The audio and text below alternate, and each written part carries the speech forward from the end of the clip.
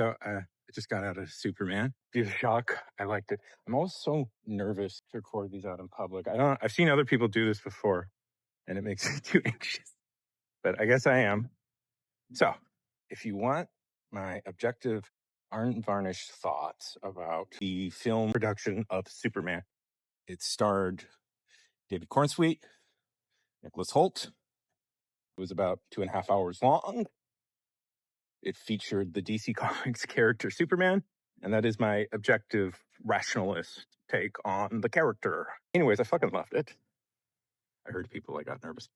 Anyways, fair in a way, because I went into this movie predisposing I'd like it. I was a big fan of James Gunn. I've been a really big fan of James Gunn. I love the Guardians of the Galaxy movies. I'll throw this out there. Initially, I thought he'd be a little bit of a weird choice. I know he's in charge of DC now, so, you to direct the big matinee character. And I'm like, but James Gunn is kind of, a wise ass, the Suicide Squad from the twisted mind of James Gunn. And if I did not like James Gunn as much as I do, I would be pretty, I wouldn't give him as much clearance. But no, he gets it. He totally gets it. The thing to remember about Gunn is he seems to be a very sincere superhero fan, almost to the point of obsessiveness at some points, because this was a Superman film.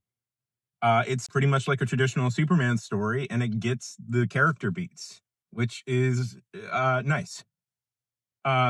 Basically, very clever few things. One, it's not an origin story. It is Superman in the middle of being Superman. Superman has just been there for a few years. And so we don't have to go through, wow, Superman. It's knows the nose of Superman. And we start with Superman losing the very first fight he's ever lost.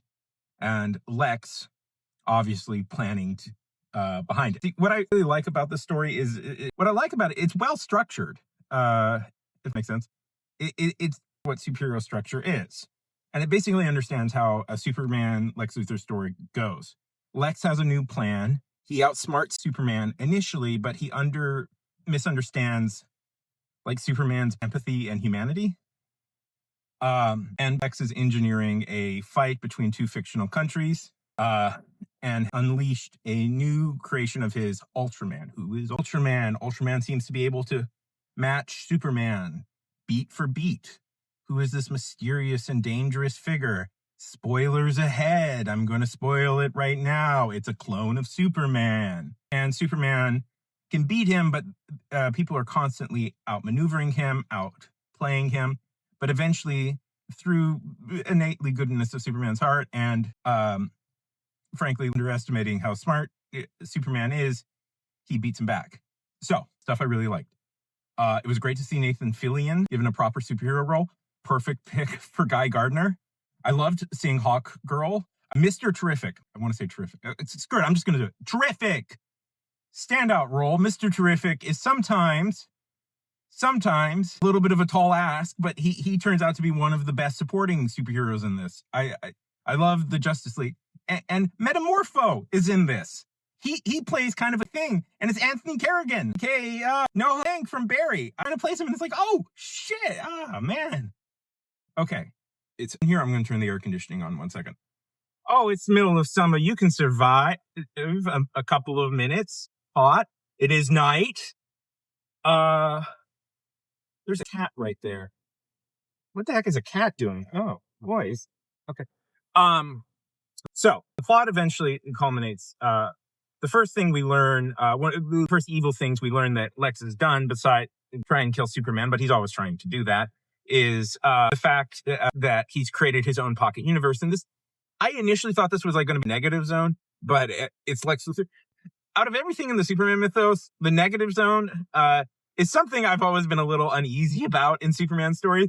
What do you mean Superman operates a prison dimension? That's a little weird. An extra legal prison dimension that he doesn't tell anybody about. A little strange. I don't know. Anyways, but he Big Bang, and we've learned very carefully that this was a very stupid idea, and he could destroy the entire universe if not careful.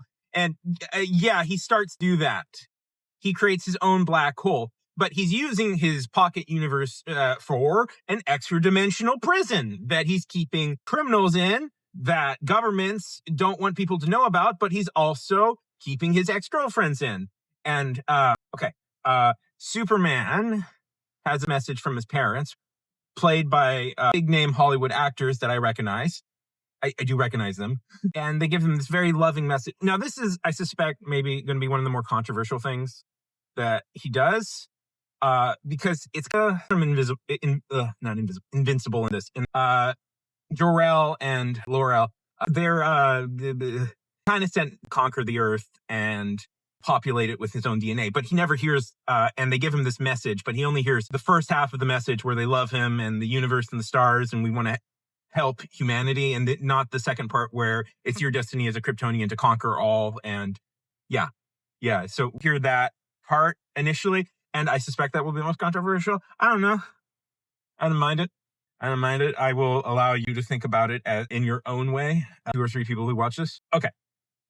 And but Lex finds this out, and this is what turns the world of Superman. And Superman turns himself in because they're after him, but and sent to Lex's interdimensional prison. And Mephisto is there to create kryptonite to keep Superman in check. And the reason he's doing that is because Lex has captured his son.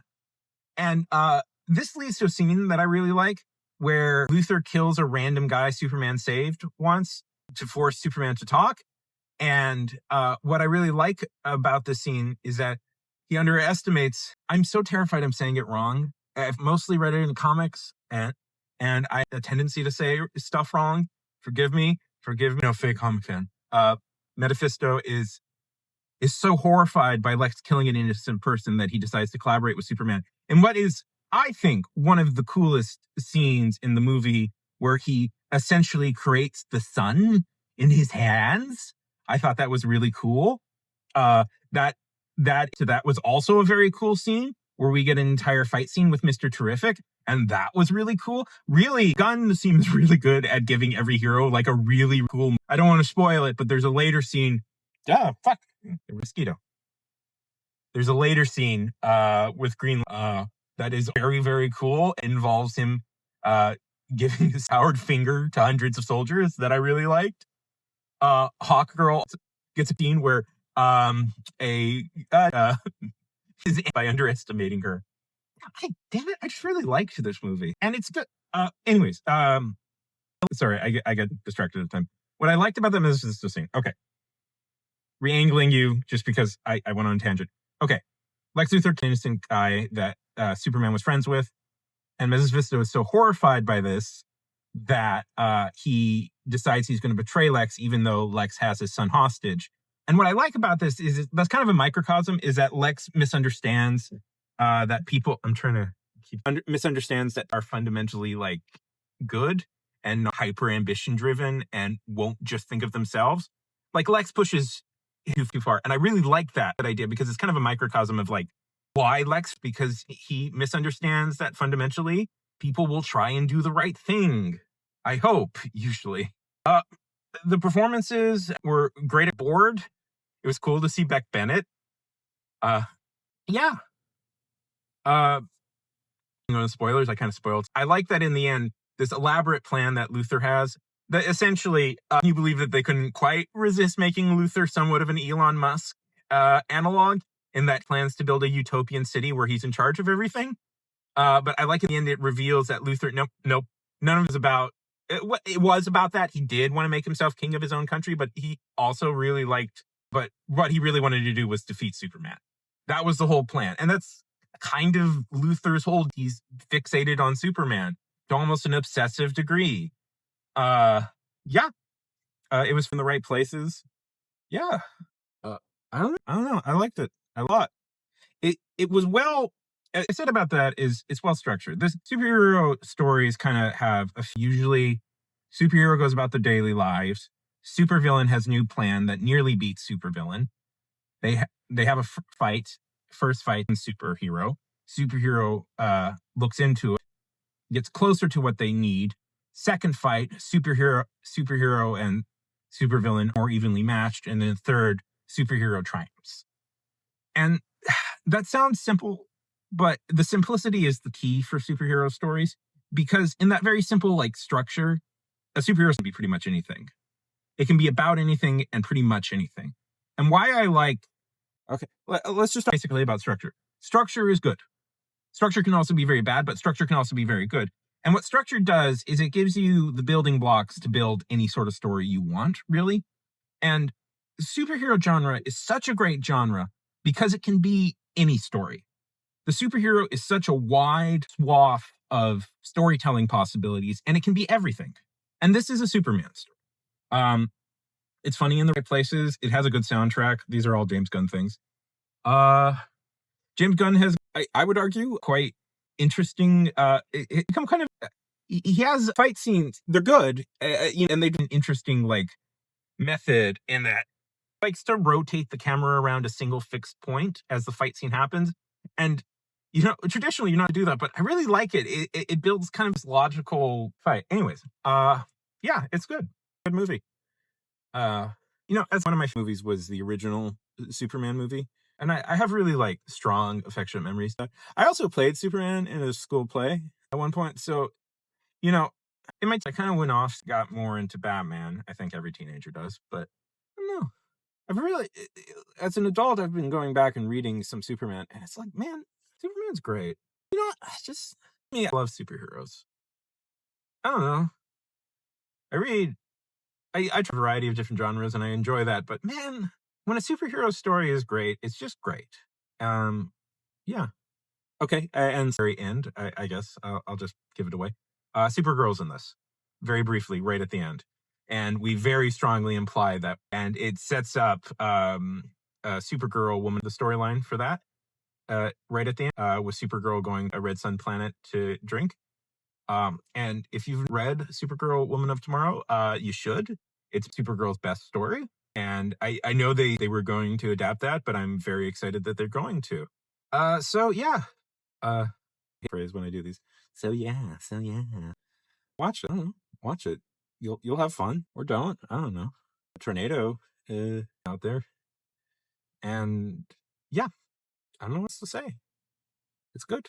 Why did I cry at the Fantastic Four trailer? I'm not sure, but I did cry when I saw it. That's something I'm going to have to investigate.